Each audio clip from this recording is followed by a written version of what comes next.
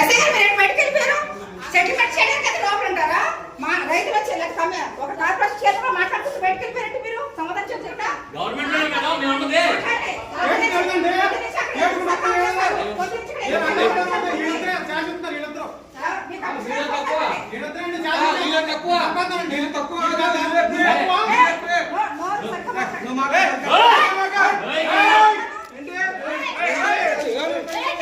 ఏంటి ఆడల మీద వస్తున్నావు? మర్యాద ఉండదు. ఆడల మీద చేయడం నాకు పడతారా? మీ ఊరేనా? మీ ఊరేనా? నా పడగ ఆడలు వచ్చారంటే మామూలు తింటారు. మీరు ఇమీడియట్ కేసు నేను కేసు అడుగుతా అమలు చెప్తాను. నేను లైవ్ చెప్తా. ఒక కార్పొరేషన్ చైర్ మీద వాళ్ళు మాట్లాడితే మీరు పట్టించుకోవాలి.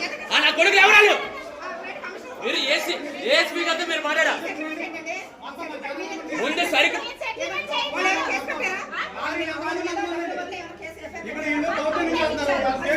కంప్లైంట్ ఎంక్వైరీ చేయండి. మేము చెప్పాము. మీరు ఏఎస్పీ గారితో మాట్లాడి ఆగండి. ఏఎస్పీ గారితో మాట్లాడారు. ఏం చెప్పారు? ఏఎస్పీ గారు ఏం చెప్పారు? ఒక నిమిషం ఆగండి. ఒకసారి మీరు ఆగండి.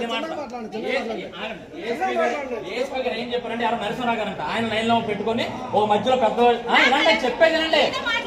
మీకు చెప్పేది మాట్లాడి చెప్తా. ఆయన ఏమన్నారంటే కరెంటు బిల్లు కట్టేసి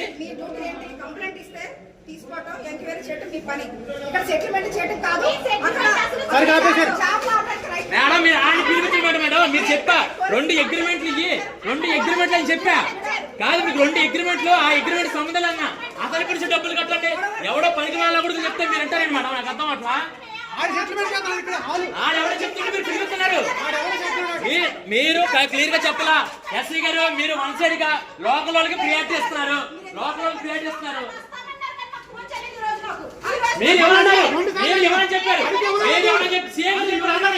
సీఏ గారు మాకు సంబంధం లేదు, మీకేమైతే అన్నాడు.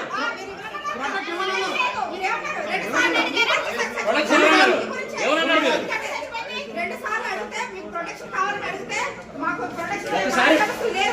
మీ ఫోన్ లో మిస్డ్ కాల్ చేసుకోండి. ఎన్నిసార్లు చేసాం ఫోన్ మీరు నెంబర్ లో తర్వాత చేయాలి మేడం. మీరు గవర్నమెంట్ లో ఉన్నారు కాదు మేడం. మీరు పబ్లిక్ రెస్పాన్సిబిలిటీ.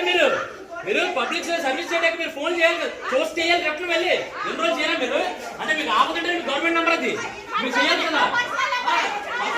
ఆ నెంబర్కి ఇచ్చారు. మాకు ఆ నెంబర్కి ఇచ్చారండి. ఆ నెంబర్కి ఇచ్చారు. ఆయన బిల్లు ఇస్తారు, ఈయన బిల్లు ఇస్తారు. అవసరం ఏం చెప్తే అది రాపిస్తారు. దేనికి